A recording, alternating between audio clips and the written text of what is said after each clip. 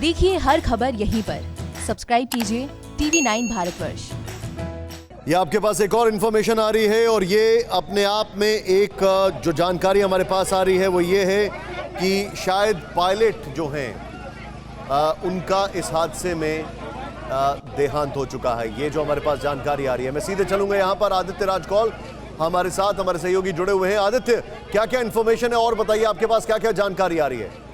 देखिए, जानकारी यही हो रही है कि जो घायल लोग हैं उनकी स्थिति अभी तक आउट ऑफ डेंजर है, स्टेबल हैं वो, लेकिन करीबन 3 ऐसे अस्पताल हैं लोकल कोझिकोड में जहां पर इनको ले जाया गया है। करीब 45-50 के बीच में अभी नंबर है, लेकिन ये ज्यादा हो सकता है क्योंकि पैसेंजर्स जो थे ज्यादा थे, करीबन 10 बहुत ही छोटे बच्चे भी थे इस फ्लाइट में। बहुत दर्दनाक हादसा हुआ है।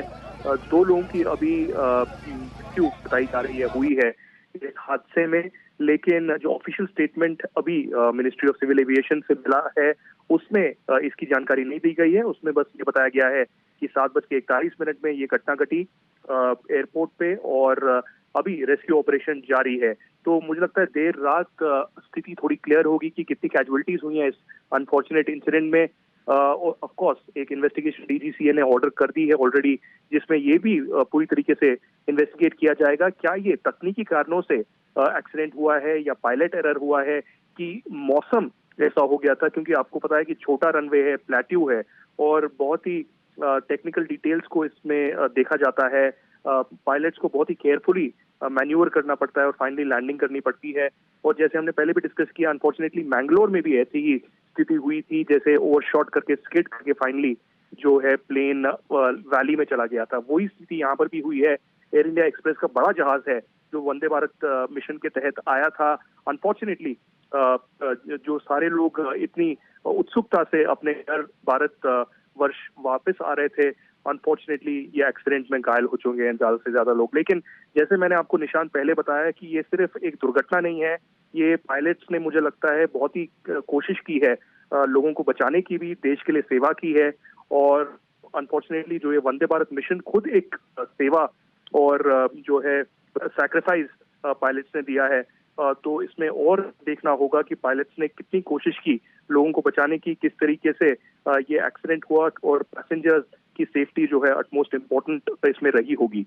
और अभी अस्पताल में उनका उपचार चल रहा है और देर रात मुझे लगता है और डिटेल्स इसमें उभर के आएंगी। मैं अपने दर्शकों को बताना चाहूंगा, हेल्पलाइन नंबर्स आपके सामने आ रहे हैं। इन हेल्पलाइन नंबर्स को आप देखें, 056-546-3903, 054-3090-572, 054-3090-572 और 054-3090-575। ये हेल्पलाइन नंबर्स एक्टिवेटेड कर दिए गए हैं। वंदे भारत मिशन के तहत ये विमान था। अपने दर्शकों को और इंफॉर्मेशन देना चाहेंगे, फिसलने के बाद, एयरपोर्ट से ये स्किड करने के बाद 30 फीट गहरी खाई में गिर गया और उसके बाद ये देखें विमान के 2 टुकड़े हो गए।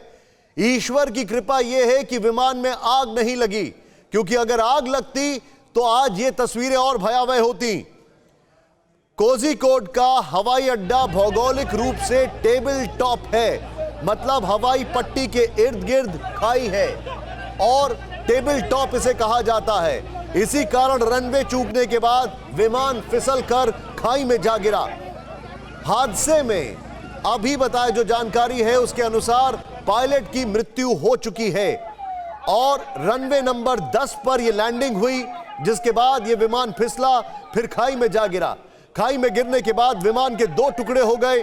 डीजीसीए ने बताया कि लैंडिंग के समय भारी बारिश हो रही थी और जो विजिबिलिटी थी यानी कि दृश्यता वो करीब 2000 मीटर यानी करीब 2 किलोमीटर की थी। यह विमान वंदे भारत मिशन के तहत दुबई से भारत आ रहा था। बचाव और राहत कार्य के लिए राष्ट्रीय आपदा प्रतिक्रिया बल एनडीआरएफ जो है वो घटनास्थल पर पहुंचा हुआ है।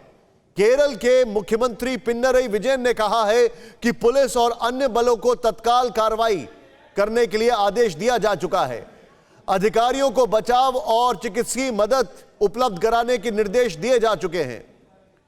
यह इस वक्त की बड़ी खबर।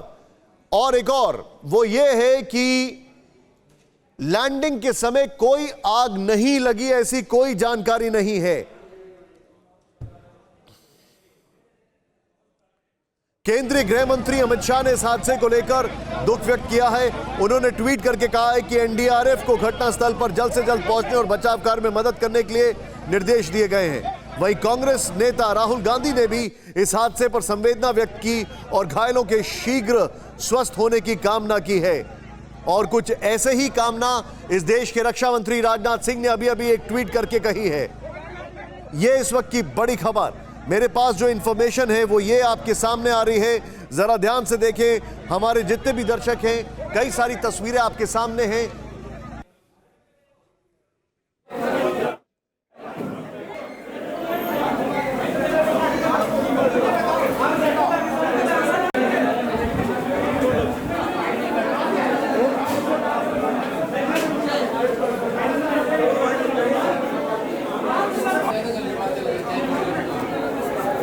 इस विमान में 174 यात्री थे, करीब 5 से 6 क्रू मेंबर थे, जिसमें 2 पायलट शामिल हैं। बताया यह जा रहा है कि विमान के आगे के हिस्से में जितने भी लोग थे वो गंभीर रूप से घायल हैं, लेकिन पीछे जो थे वो उतने घायल नहीं हैं।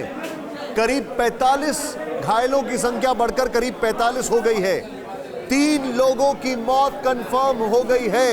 इस वक्त की ये बड़ी खबर, 3 लोगों की मौत।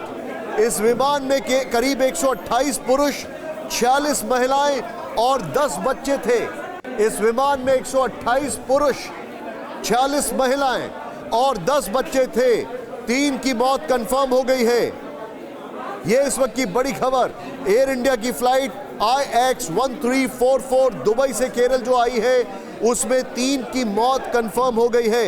आदित्य राजकौल हमारे सहयोगी हमारे साथ हैं।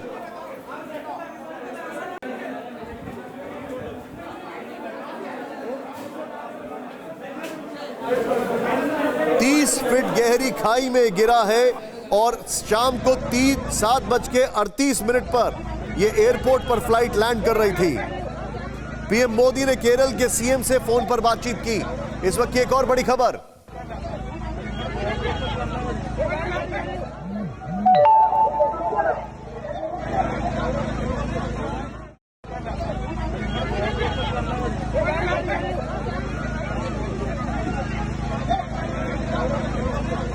फिक्र आपकी, सोमवार से शुक्रवार रात 9 बजे सिर्फ TV9 भारतवर्ष पर।